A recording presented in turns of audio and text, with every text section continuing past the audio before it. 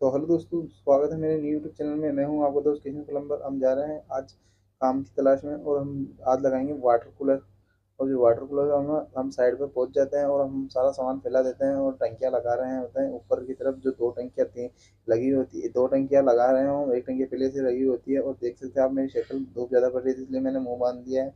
और नीचे ना हमने वाटर कूलर लगा दिया है और वाटर कूलर की फिटिंग भी कर दी है। और फिर ये देख सकते हैं मैं सामान पड़ा है और बाहर हमने टूटियाँ वूटियाँ सब लगा दी है, इसलिए अब ना इसमें पानी आने के लिए रेडी है।